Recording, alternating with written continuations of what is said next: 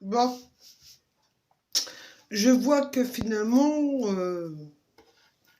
j'adore quand il y a une personne qui vient sur ma page et qui s'appelle Victor Casti et qui dit que soi-disant que moi je serais une menteuse des faits qui se sont passés chez moi et qui met un article de journal de l'Est républicain. Je vais vous dire une chose, moi je suis une personne directe et franche. Écoutez, monsieur Victor Casti, déjà, je suis sûr et certain que vous faites partie des forces de l'ordre. Parce que, comme par hasard, vous mettez un article de l'Est républicain des faits qui se sont passés le 7 du 8 2015. Et oui, les faits se sont bien passés à 15 heures. Mais il faut savoir une chose. Dans votre article, qui a parlé aux journalistes? C'est bien les gendarmes qui étaient à cette époque en fonction, qui ont parlé aux journalistes, qui ont dit leur version des choses. Il est facile, vous savez, d'accuser quelqu'un et de marquer un article dans l'Est républicain et de le employer et de dire des conneries sur la personne. Il est facile de dire que votre gendarme, là, a été blessé. Il est facile de dire plein de choses. Mais il est facile aussi de ne pas dire ce qui s'est passé en réalité. Mes enfants étaient présents, mes neveux étaient présents, les voisins étaient présents et les personnes qui étaient dans l'entrée ont vu ce qui s'est passé. Vous n'avez pas, comment dire ça, les journalistes ne sont pas venus pour poser des questions aux personnes qui ont vécu et qui ont vu ce qui s'est passé. Parce que moi, excusez-moi, vos journalistes, ils m'ont jamais donné un coup de fil pour me dire racontez votre version, madame. Hein? Vous savez, moi j'ai appris une chose. De toute façon, l'Est républicain me connaît parce que quand je faisais de la voyance, excusez-moi, je mettais mes rubriques chez eux. D'accord? Alors, l'Est républicain, il peut raconter ce qu'il veut. De toute façon, on a toujours su que c'était les gendarmes ou la police qui donnaient les infos et qui déformaient les propos parce qu'il est trop facile que ces informations-là, vous les découpez dans le journal parce qu'on sait comment ça fonctionne avec la préfecture. Ils découpent dans le journal et ils envoient ça à Paris pour dire voilà, il s'est passé ces faits-là. C'est trop facile. C'est trop facile. D'accord ? C'est trop facile. Alors, ce qui me fait rire, moi, c'est quand les journalistes, ils ont marqué qu'ils sont bienvenus casser ma porte parce que j'ai pas rendu les enfants. Mais ils n'ont pas dit que j'avais été convoquée par la gendarmerie de Famec pour une audition et que je me suis déplacée et que j'ai parlé et qu'elle m'a dit que de toute façon, qu'il n'était pas question qu'elle écrive ce que je dis, il était question qu'elle écrive ce qu'elle voulait, elle, dire. Et moi, j'ai refusé parce que j'ai dit, moi, j'ai envoyé une lettre au procureur.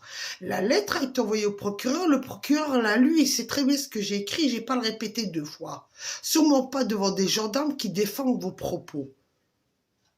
Alors oui, dans votre gendarmerie, il y a de la corruption. La preuve, comme par hasard, tous ces gendarmes-là ont demandé leur mutation. Mais on sait très bien comment ça se passe. On sait très bien comment ça se passe. Est-ce qu'il y a eu vraiment une enquête? Il n'y a pas eu réellement une enquête. C'est la gendarmerie de Thionville qui a fait son enquête. Vous savez, c'est qui la gendarmerie de Thionville qui a fait son enquête? L'homme, quand j'avais 20 ans, qui m'a tabassé dessus. Pour oser dire que mon frère, à l'époque, avait pris ma voiture. À l'époque, j'étais au tribunal à cause d'une voiture. Hein? Et c'était Maître Barbier, je peux vous citer son nom, il est décédé aujourd'hui. C'est Maître Barbier qui s'est occupé de l'affaire de ma voiture, que j'avais acheté chez Citroën, et que Citroën à Thionville m'avait vendu une voiture pourrite. D'accord? Et que quand j'ai demandé qu'il me refasse les réparations parce qu'elle était dans la garantie, ça a été refusé et le tribunal de Thionville m'a condamné moi à payer. Parce que de toute façon, quoi qu'il arrive, le tribunal de Thionville et le tribunal de Metz, ils supportaient pas la femme Saki parce qu'à cause de vous, les forces de l'ordre, vous les gendarmes, vous, la police de la Moselle, vous de la Meuse, vous avez un dossier sur le nom de la famille Saki et vous vous en servez contre la famille Saki. Aujourd'hui, vous, monsieur Victor Castille, vous osez mettre un article de quoi? De pipeau, là? Votre article n'est même pas fondé. Quand on dit qu'il y a eu cet homme-là qui a été blessé, d'accord, il a été blessé, mais ils nous ont gazés comme des chiens, nous. On a failli tous crever dans l'appartement. Ça, vous voulez pas reconnaître, hein? Qu'est-ce qui s'est passé quand ils m'ont emmené dans votre brigade? Hein, ma fille me l'a dit. Hein, je faisais une crise de spasmophilie parce qu'on n'arrêtait pas de m'insulter de sale bougnoule et on m'a dit qu'on allait me faire ma peau. Hein? Vous croyez que moi, j'ai oublié, moi? Vous croyez que moi, je vais oublier ces moments-là? Monsieur Castille, vous croyez que je vais oublier ces moments-là? Qu'est-ce qui s'est passé? Hein? Quand ils m'ont transporté à Jury. Ah, vos deux gendarmes, là, ils se sont bien régalés de me mettre les menottes dans le dos. Hein? Et de me tabasser, me serrer les menottes et m'enfoncer dans la gorge quand je faisais une crise de spasmophilie. Vous savez, hein, il est facile pour les médecins de dire que les personnes simulent une crise de spasmophilie. Non. On ne peut pas simuler une crise de spasmophilie. Parce que tellement qu'on a encaissé, on a les nerfs qui craquent. Et c'est comme ça qu'on déclenche une crise de spasmophilie. Et quand on déclenche une crise de tétanie, vous savez pourquoi on déclenche une crise de tétanie? Parce qu'on a un manque de calcium dans le corps. Hein? Voilà, je vais vous expliquer, moi, les pathologies que j'ai. Allez dire aussi que j'ai simulé ma crise de spasmophilie et que c'est psychologique. Allez le dire aussi. Hein? Quand vous m'avez tabassé, comme des papiers qui avaient les jeunes qui regardaient, qui ont sorti la compresse. Je me rappelle très bien la jeune fille, quand elle a sorti la compresse, et le jeune homme, il regardait, il était sous le choc. Hein? Vous allez nier les faits? Vous allez nier les faits? Vous allez nier les faits de ce qui s'est passé? Hein? Et qu'après, hein, quand on a commis des papiers, ils ont pris tout leur temps pour m'emmener en psychiatrie, qui m'ont enfermé pendant plus de 12 jours, ou je sais même plus 15 jours. Hein? Hein? Et quand je criais, je leur disais que j'avais mal au poignet, parce que tellement qu'ils m'avaient défoncé le poignet, ils m'ont dit c'est rien. Hein? Vous croyez que j'ai oublié, moi, ce qui s'est passé en Jury? Quand vos gendarmes m'ont dit, ouais, de toute façon, c'est une folle, elle a agressé, et qu'on m'a pincé. Hein? Pour dire, ouais, ta comédie, t'arrêtes. Hein? Vous croyez que j'ai oublié tout ça? Tout ça, vous l'avez camouflé. Tout ça, vous avez camouflé les faits.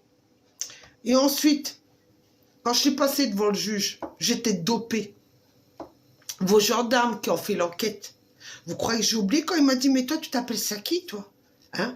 Et quand vous avez écrit mon nom, vous ne l'avez pas écrit S-A-H-K-I, vous l'avez écrit comme l'affaire de mon frère qui est mort, Saki Ossine. Vous avez aussi nié les faits. J'ai toutes les preuves. Vous allez nier les faits. Je les ai même envoyés au procureur. Hein? Je les ai même envoyés à Paris pour leur dire. Et je leur ai souligné, bien souligné, pour qu'ils voient. Mais comme par hasard, non, ça ne suffisait pas. Vous n'avez pas supporté que j'ai le bracelet électronique. Vous avez voulu me mettre en tôle et vous avez trouvé le moyen de me foutre en tôle. Et aujourd'hui, vous osez dire que c'est pas vrai. Vous croyez que je vais vous payer. Vous croyez que moi, je vais vous payer, mais vous pouvez toujours rêver. Je vous l'ai dit. Vous m'avez cassé. Vous m'avez envoyé en tôle. Vous avez raconté des conneries sur moi en tôle. Et vos gradés m'ont défoncé la jambe. Vous croyez que j'ai oublié ces moments-là? Vous croyez que je vais oublier ces moments-là? Vous croyez que je vais oublier les moments du QD? Vous croyez que je vais oublier le moment du QD? De ce que vous m'avez fait vivre l'enfer dans le QD? Vous croyez que je vais oublier? J'oublie rien. J'oublierai jamais rien. Alors, monsieur Castille, vos journalistes, je m'en tape de vos journalistes de mon cul qui ont écrit des conneries. Je l'ai vu en Meuse quand ils écrivaient des conneries sur moi. Surtout quand on a dit que j'étais jamais présidente d'Arki, que j'ai jamais été invitée par madame la préfète. Et j'avais tous les documents officiels que j'étais invitée à la cérémonie. Mais vous avez encore camouflé l'affaire, en Meuse. Hein? Vous avez encore camouflé l'affaire. Et vous venez parler avec moi, vous osez me dire que c'est moi la mytho, la menteuse, qui n'a pas de corruption. Mais écoutez-moi bien. Écoutez-moi bien. Bien sûr qu'il y a de la corruption dans vos gendarmes. Il y en aura toujours. Il y en aura toujours. J'ai même rencontré une dame. Elle m'a dit, faites gaffe, madame. Quand ils veulent vous pourrir la vie, vous la pourrissez. Je lui dis, mais moi, si je veux leur pourrir la vie, je leur pourrirai leur vie sur vidéo, sur YouTube. Et allez dire que je suis une mytho. Allez signaler mon compte parce que de toute façon, vous avez l'attention. À chaque fois, vous venez sur ma page pour signaler. Mais je sais très bien que vous faites partie des forces de l'ordre. Vous tous, vous avez camouflé jusqu'à Toubib qui a camouflé l'affaire. Jusqu'à vos médecins de Mesqueleux qui ont camouflé l'affaire sur ma jambe. Et vous allez faire quoi? Je ne demande que ça, moi. De me retrouver devant vos procureurs. Je ne demande que ça, de me retrouver devant vos procureurs pour qu'ils m'expliquent pourquoi moi, mon affaire, elle n'a pas été jugée. Pourquoi, quand moi j'ai demandé à un avocat d'aller en partie civile, elle n'a pas été acceptée. Par contre, vous, logement payé par le petit citoyen comme nous, vous n'avez pas payé un loyer. Vous habitiez affamé gratos. Ensuite, vous rouliez en voiture, vous faisiez les rodéos. Hein, combien de jeunes que vous avez massacrés toute cette époque-là? Vous êtes venu chez ma mère de 94 ans en la menaçant de mort, en lui disant, vous êtes riche. Ma mère, elle vous a remballé à l'époque. Elle vous a remballé, ma mère. Elle vous a dit, moi, je ne vois pas la drogue comme vos gosses, ils la vendent. Elle vous a tué le jour-là. Verbalement, elle vous a tué, vous, les gendarmes de mon cul. Allez déposer plainte. Allez chercher vos procureurs. De toute façon, dans cette affaire, je vais vous dire une chose. Les journalistes, ils sont corrompus. Vos procureurs sont corrompus depuis le début dans cette affaire. D'accord? Alors, vous pouvez m'exciter comme vous voulez, en écrivant tout ce que vous voulez, en disant que c'est moi la menteuse. Moi, je n'ai pas besoin de mentir. Hein. Tout le monde connaît la vraie histoire. Tout le monde sait ce qui passe dans vos gendarmeries. Même vos toubibis savent qu'ils sont obligés de fermer leur grande gueule. Hein? Ça fait des années que ça dure et ça durera toujours parce que vous serez toujours protégés. Hein? Vous serez toujours protégés. Mais quand nous, les harkis, on arrive avec l'article 5 que Chirac a voté pour nous en 2003, vous nous dites « Ah non, hein, cet article n'existe pas ». Quand vous nous insultez de bougnoul, nous les Français, que nos parents ont porté l'uniforme français, qui sont venus défendre aussi la France, vous venez ouvrir votre bouche avec nous. Moi, je vous dis, moi, que dalle que vous aurez du fric. Que dalle. Rien à foutre de votre gueule, moi. C'est vous qui allez payer de ce que vous m'avez fait. C'est vous qui allez payer de ce que vous m'avez fait. Si vous croyez que vous aurez un euro de ce que vous m'avez fait. De toute façon, ce jour-là, vous savez quoi? Ce jour-là, j'avais appelé le ministère de l'Intérieur. Et il y avait une dame au téléphone. Elle va peut-être nier les faits. J'ai pas changé de téléphone. Vous avez même conservé mon portable. Hein? À Thionville, votre tribunal, il m'a fallu 9 mois pour récupérer mon portable avec mon numéro. Qu'est-ce que vous faisiez? Qu'est-ce que vous vouliez faire avec mon portable? Tellement vous magouillez. Hein? En ce moment, c'est quand même bizarre. Hein? On entend parler beaucoup de vous. Hein? Vous, les corrompus, on entend beaucoup parler de vous. Hein? Il y a même les filles qui vous dénoncent, qui font partie des syndicats qui vous dénoncent. Hein? On entend parler beaucoup de vous, de vos magouilles. Hein? Sans oublier que, de toute façon, vous savez quoi, hein? Le monde est petit, on apprend tous les jours des choses. Tous les jours, on apprend des choses. Alors, vous savez quoi? Vous pouvez dire ce que vous voulez sur moi, monsieur Victor Cassi. Vous savez, la vérité, un jour ou l'autre, elle se saura. La vérité, elle se sait toujours. Mais moi, vous m'avez abîmé la jambe. Vous m'avez harcelé. Vous avez marqué un dossier sur moi. Hein? Jusque quand je partais en vacances, hein? Parce qu'en Angleterre, je passais les frontières, vous m'avez fiché en international. Quand je partais au Luxembourg pour prendre l'avion pour aller chez ma soeur, vous m'avez fiché en international. Et vous croyez que moi, aujourd'hui, j'ai peur de vous? Non mais c'est une blague, j'espère. Vous croyez que j'ai peur de vos tribunaux, là? De Thionville, de Bar-le-Duc, de tous vos tribunaux? Moi, j'ai plus peur de vous, hein, je vous le dis d'avance. Hein. Vous savez comment on dit, hein? Comment on dit? Si je dois mourir, je mourrai, hein, quoi qu'il arrive. Mais pour l'instant, vous n'avez pas réussi à me tuer. Hein? Vous n'avez pas réussi à me tuer. Ni en prison, ni en psychiatrie avec vos cachetons. Vous n'avez pas réussi. Alors, vous pouvez marquer, écrire tout ce que vous voulez, monsieur Victor Casti. Et même aller pleurnicher chez mon frère. Hein? Vous pouvez même aller pleurnicher chez mon frère. Je m'en fous. Je m'en fous. Dites-vous bien une chose. Moi, les gens qui m'ont fait du mal quand j'étais enfant, qui m'ont fait du mal quand j'ai grandi, qui m'ont fait du mal tout le temps, ou même qui ont pris de l'argent qu'ils ne le méritaient pas parce qu'ils ont voulu me dépouiller, j'ai entendu parler d'eux dans le futur. Où ils ont attrapé, comme je l'ai dit, toujours je le dis, où ils ont attrapé une maladie, ou je sais pas, ils ont eu des soucis particuliers, où ils se sont suicidés, où ils ont divorcé, où il y a eu, je sais pas moi, plein de conneries sur leur vie. Mais ils ont payé les pots cassés. Ah oui, tous ceux qui sont responsables de mon affaire, tous ceux, quand vous êtes venus et que j'étais chez moi, que j'avais le bracelet électronique, vous êtes venus encore une fois casser ma porte. Vous avez été taper les mêmes flics qui ont tapé le rapport pour m'envoyer en tôle. Les mêmes, hein. J'ai rien signé. Je suis passé devant la juge, j'ai pas voulu parler avec elle.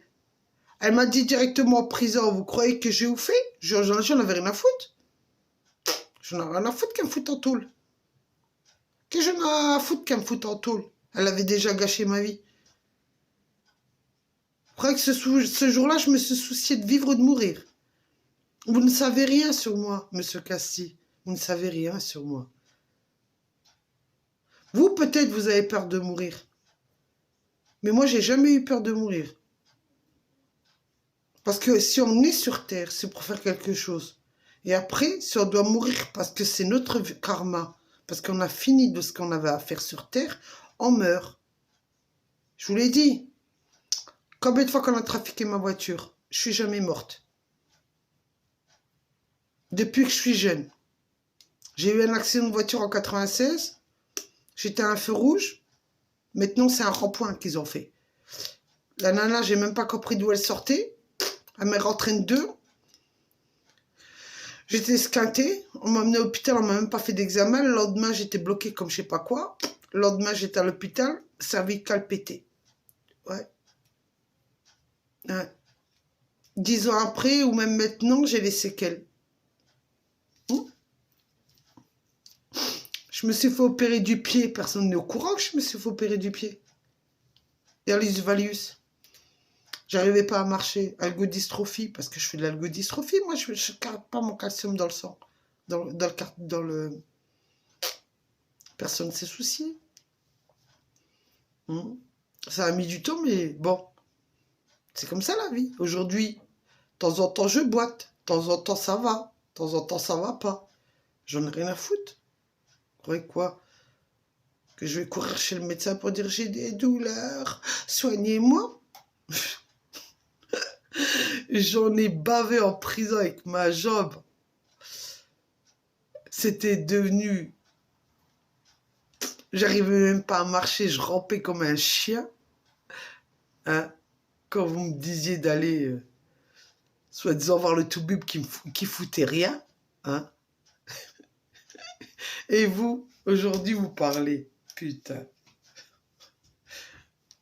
Vous parlez de quelque chose que vous ne savez même pas de ce que j'ai subi. Mais c'est pas grave. Écrivez tout ce que vous voulez. tout ce que vous voulez sur moi. Comme je dis, ce gendarme-là, il n'a rien eu en réalité au niveau de l'œil. Ça a été que du pipeau. Ça a été que du pipeau. Vous avez tellement menti aux journalistes qui vous ont cru. Et qu'après, vous avez fait la petite parution, là, vous avez dénoncé au tribunal et vous avez gonflé le truc devant un juge qui vous a cru. Peut-être que, je sais pas, moi, ce juge-là, il m'aime pas, ou il aime pas la famille Saki. Qu'est-ce que vous voulez que je vous dise, moi? Si je vous dérange tellement, ben butez-moi. Qu'est-ce que vous attendez? Vous savez, je sors dehors, hein, j'entends que ça. J'entends que ça. Qu'un de vos gendarmes me bute. Ou je sais pas, moi, qui vous voulez envoyer un petit délinquant, là, que vous allez le sous-payer pour qu'il vienne me faire chier. Mais j'attends que ça. Vous savez, dans la vie, moi, je veux dire une chose, monsieur Cassi. Déjà, je vous le dis, et que tout le monde voit la vidéo. Il n'y avait qu'un rêve que j'ai réalisé. Un seul rêve. Le rêve là, je l'ai réalisé, de me marier, d'avoir des enfants. Et c'était la seule chose que j'ai demandé à Dieu. Aujourd'hui, si Dieu décide que je vis, je vivrai. Si Dieu décide que je meurs, je mourrai. C'est comme ça la vie. J'ai accompli ce que j'ai toujours voulu dans ma vie. Être mariée en robe blanche. Bien que j'avais pas le droit, je me suis mariée en beige parce que j'avais eu une enfant avant, avec mon mari. Voilà. J'ai eu 4 beaux enfants, même si j'ai pas obtenu la garde de mes enfants, c'est pas grave. Mais j'ai accompli mon rêve d'être une femme mariée et d'avoir 4 beaux enfants. Ensuite, c'est la vie. C'est la vie si j'ai divorcé. Et vous voulez me faire quoi de plus? Aujourd'hui, si je devais mourir, ça serait quel soulagement, je me dirais, merde, putain. Je vais pouvoir monter là-bas et regarder tous ces couillons en train de se bouffer la gueule. Et aller rejoindre qui? Mon frère? Rejoindre qui? Mon père? Je crois que Dieu me ferait le plus beau cadeau. Peut-être que ma famille pleurerait, peut-être que mes enfants seraient tristes, mais ça serait le plus beau cadeau que Dieu pourrait me faire. Parce que vivre ici, vivre autour de vous, de voir comment vous êtes malhonnêtes, vous les tribunaux, vous la justice, vous les médecins, voir tout ce qui se passe en ce moment, honnêtement, ça me fait encore plus de mal. Plus de mal. Surtout quand je vois les gens à travers la télé, les gens dehors, quand je ressens leur douleur. Vous pouvez même pas savoir comment c'est horrible de ressentir la douleur des autres.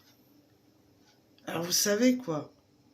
Le jour où Dieu décidera de m'emmener, ça sera mon plus beau cadeau.